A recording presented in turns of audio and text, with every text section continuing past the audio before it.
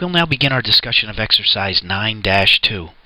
9-2 on page 402 asks us to prepare a report showing activity variances for the company Air Meals, which prepares in-flight meals for airlines in its kitchen located next to the local airport. We're given the company's planning budget for December, and we're given budgeted meals as well as revenue, expenses, net operating income. In December, 21,000 meals were actually served. The planning budget called for 20,000. The company's flexible budget for this level of activity is at the top of page 403. So they've gone ahead and prepared a flexible budget where they flexed the original planning budget using 21,000 meals instead of 20,000 meals. And you can quickly note that the net operating income for the flexible budget is $7,500, which you would expect. They did sell actually 1,000 more meals than what they had originally anticipated. However, in the planning budget, their net operating income was $6,400, so an $1,100 increase. Part 1 asks us to prepare a report showing the company's activity variances for December. How we go about preparing an activity variance is we compare the planning budget to the flexible budget and just take the difference. If you look at the solution here, you can see that given the information that's laid out for us, all we're going to do is line up a column for the planning budget, line up a column for the flexible budget, and then just take the difference.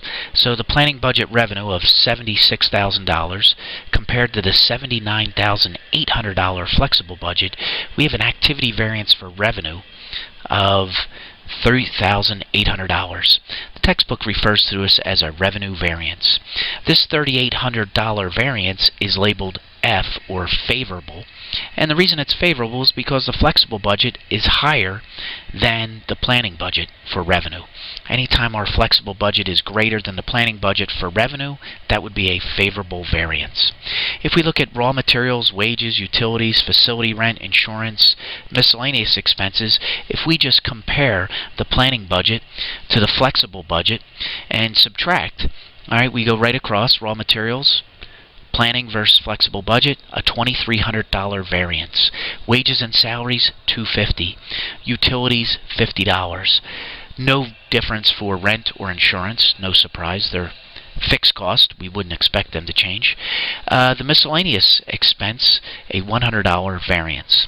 Now these variances in the expense category are all labeled with a U, standing for unfavorable. And be careful with this. Don't look at that as a negative thing.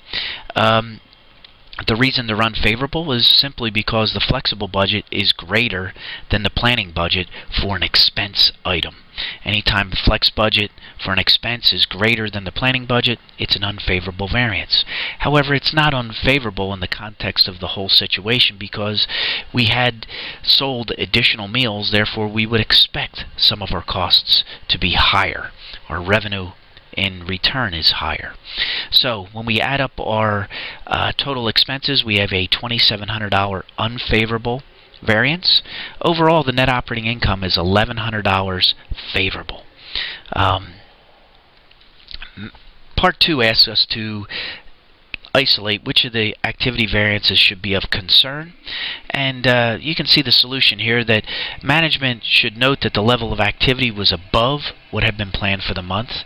Therefore, this led to an expected increase in profits. However, be careful not to be too negative with the individual items on the report.